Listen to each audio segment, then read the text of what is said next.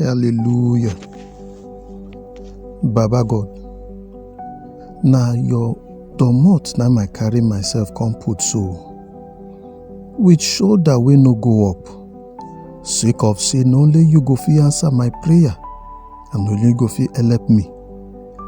I know say na you be the God wey be say wetin you dey talk na you dey do, and wetin you dey do na you dey talk.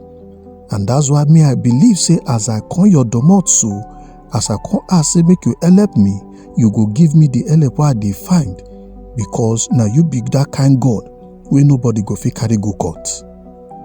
Today, Baba, I confess, I talk all the thing wey I don do bad. I talk the one wey I no do well, wey I fail, and the one wey be say I no carry body take do well for this world, because I no listen to wetin you dey talk and how you dey show me road. Baba God, no vex for me. No vex for me, Baba. For the bad things wey I don do, both the one wey I know and the one wey I no know, make you wash me, make you cleanse me from all the bad things wey I don do. Make you no vex for me.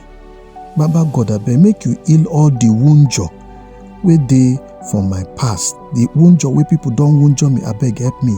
Make you heal am for me. Both the one wey dem do physical and the one wey dem wunjor me for heart. Baba God, make you return my faith for this your love wey be say e no dey finish, and this your promise wey no dey shake. Make you fill my life with your sense, your better sense.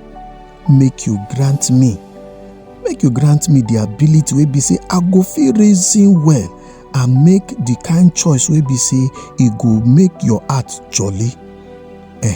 With that your will wey dey divine. And make you empower me with the kind gallant strength wey be say when gbegecious gbegerity show, I go fit stand gallant and no go shake, because your word dey my life, and I no go shake for the thing wey you don talk say you wan make I do for you.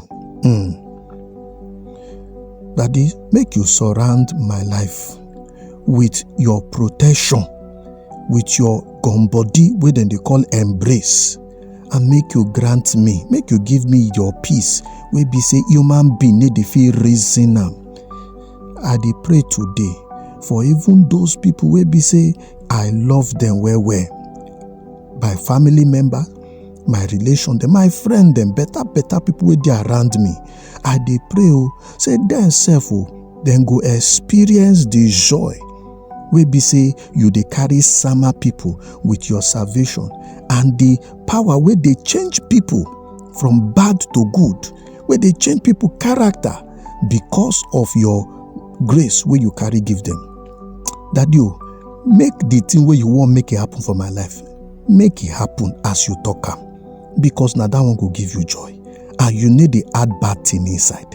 Now so it be make it happen today, even as I dey comot go work, even as I dey comot go do my runnings. Baba, make the thing wey you don't plan, the better thing you don't plan for my life, make it happen for my life, make it happen for my family, make peace dey my family, make joy dey my family.